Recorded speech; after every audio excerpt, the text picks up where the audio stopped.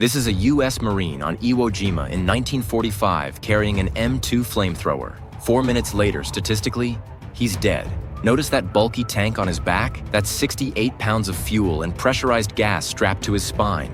Have you ever wondered why flamethrower operators had a 92% casualty rate, the highest of any role in World War II? Why enemy soldiers would ignore machine gun nests just to shoot the guy with the flamethrower first? Well, if the answer is yes, you're about to discover the real story behind one of warfare's most feared weapons. And here's the twist. The soldiers who carried them were just as terrified of their own equipment as the enemy was. By the end of this video, you'll understand not just why flamethrowers were effective, but the dark realities that turned these operators into walking targets with a combat lifespan measured in minutes. Let's begin. The story starts in the trenches of World War I. German forces introduced the Flammenwerfer in 1915, and it changed warfare forever. Soldiers hiding in bunkers thought they were safe behind concrete and sandbags. Then liquid fire poured through the opening, consuming everything inside. The weapon didn't just kill, it created absolute terror. But those early flamethrowers were primitive. They weighed over 80 pounds, had a range of barely 60 feet, and required 2 soldiers to operate. The fuel burned inconsistently, the ignition system failed constantly, and operators had to get dangerously close, making them easy targets. Still, military strategists recognized something crucial. Fire could go where bullets couldn't.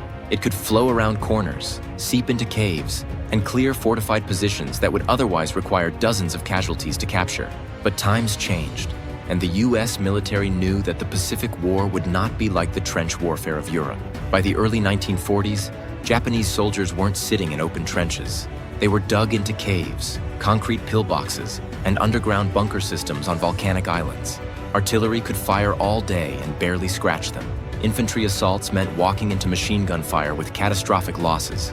The US needed something better, something one soldier could carry that could reach into those fortified positions without sacrificing entire platoons. The challenge was enormous. Make it lighter, extend the range, improve reliability, and somehow keep the operator alive long enough to use it. The first American attempt was the M1 flamethrower, introduced in 1942. Engineers created something more portable. The M1 weighed 72 pounds and held 5 gallons of fuel. Its range improved to about 50 feet. For the first time, a single American soldier could operate a flamethrower independently, but it had serious problems. The ignition system used a cartridge-based mechanism, basically matches in a revolving cylinder. Sounds clever, except those cartridges failed in humid conditions. And Pacific Islands are nothing but humidity. Marines reported ignition failures mid-assault, completely exposed, carrying a giant target on their backs. The weight distribution was terrible, 72 pounds sloshing around while advancing under fire. Operators struggled to maintain balance on uneven terrain. So imagine if you're a Marine engineer tasked to create something better than the M1, but you have to do it fast because the island hopping campaign is already underway and casualties are mounting. The military introduced the M1A1 as a quick fix. They reduced weight to 65 pounds and made minor ignition improvements.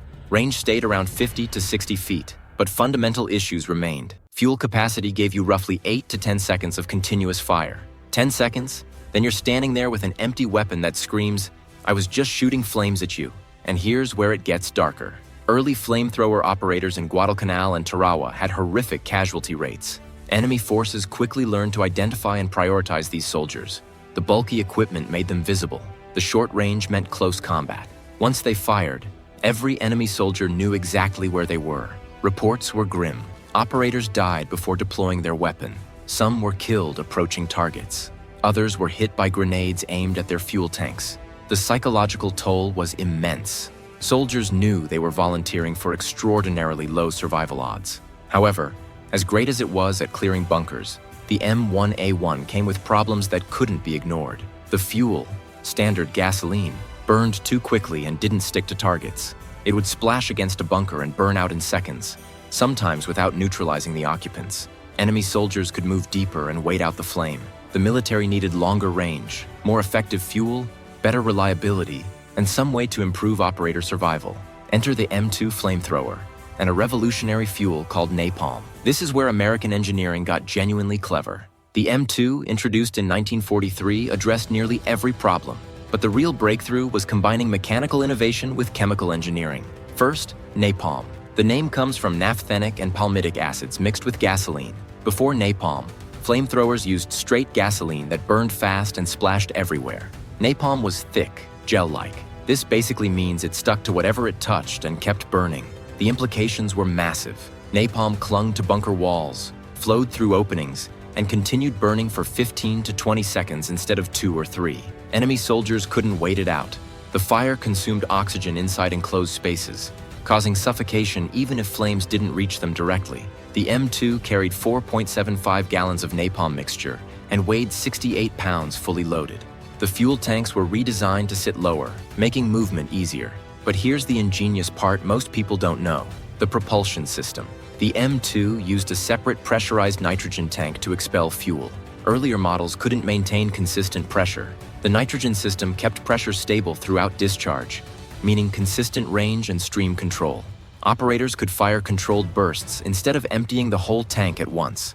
Effective range jumped to 65 feet. Maximum range reached 132 feet. That extra distance was the difference between life and death. Operators could now engage bunkers from positions with some cover. The ignition system got a complete overhaul. The cartridge mechanism was replaced with a reliable electric spark system, fewer malfunctions in humid, muddy conditions. Now, I think that's a fairly impressive achievement considering the engineering was done in about 18 months while the war was raging. The M2 gave operators 7 to 10 seconds of total burn time, divided into shorter bursts. Most fired in 1 to 2 second bursts to maximize effectiveness. Hit a target, move, hit another, move again. But despite these improvements, the job remained absolutely lethal. On Iwo Jima, flamethrower operators had a 92% casualty rate. The average combat lifespan was approximately 4 minutes from the moment they went into action. Think about that, 4 minutes. Why so deadly? First, visibility. You're carrying 70 pounds of distinctive equipment on your back. Japanese soldiers were trained to target flamethrower operators immediately. Kill the flamethrower first before anyone else. Second, proximity. Yes, range improved to 65 feet, but that's still close combat. You're advancing exposed, trying to reach a fortified position filled with soldiers who know what you're doing. Third, the aftermath. Once you fired, everyone knew your position. That flame stream was a giant arrow pointing back to you. And the myth: one bullet into the fuel tank would cause a massive explosion. That's mostly Hollywood. The tanks contained liquid, not pressurized gas. A bullet would cause a leak, maybe a fire, but not typically a fireball. What actually happened? Operators were killed by concentrated fire, grenades targeted at them, or being hit while exposed. The weapon made them priority targets. Despite these realities, the M2 became the most widely used flamethrower of World War II. Over 14,000 units were produced. The M2's real test came in the bloodiest Pacific battles. On Iwo Jima, US forces faced 21,000 Japanese defenders in 11 miles of underground tunnels and over 1,500 fortified positions. Artillery bombardment was the most intensive in Pacific War history, but Marines found the enemy virtually untouched underground. Flamethrowers changed the equation. Over 30% of Japanese casualties on Iwo Jima were caused by flame weapons. Roughly 6,000 enemy soldiers neutralized by fire. A single operator could neutralize a bunker that might otherwise require a platoon-level assault. Instead of sending 30 soldiers into direct fire, you send 1 or 2 flamethrower operators with rifle support. Yes, those operators faced extreme danger, but the alternative was worse. One example: during the assault on Hill 382, a bunker complex pinned down an entire Marine company for hours. 3 Marines with flamethrowers moved forward under covering fire. 2 were killed before reaching range. The third delivered napalm into the bunker. The position was neutralized in minutes, allowing hundreds of Marines to advance. Here's what's misunderstood. Flamethrowers weren't primarily killing weapons. They were clearing weapons. The real value was psychological and tactical. Enemy soldiers facing flame attack had 3 choices: stay and burn, stay and suffocate, or abandon their position. Most abandoned, which is what American forces wanted. Reports from Japanese survivors confirm the weapon's psychological impact. Many described flamethrowers as more terrifying than aerial bombardment or anything else they faced. And don't get me wrong, most common facts about flamethrowers are actually true.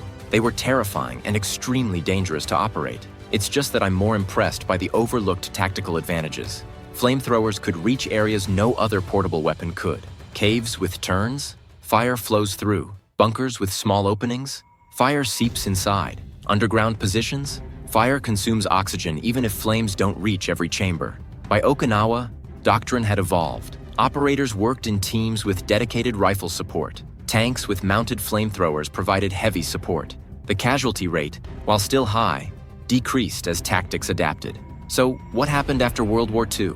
The M2 saw continued use in Korea against bunker systems. Then Vietnam with newer models like the M9A1-7.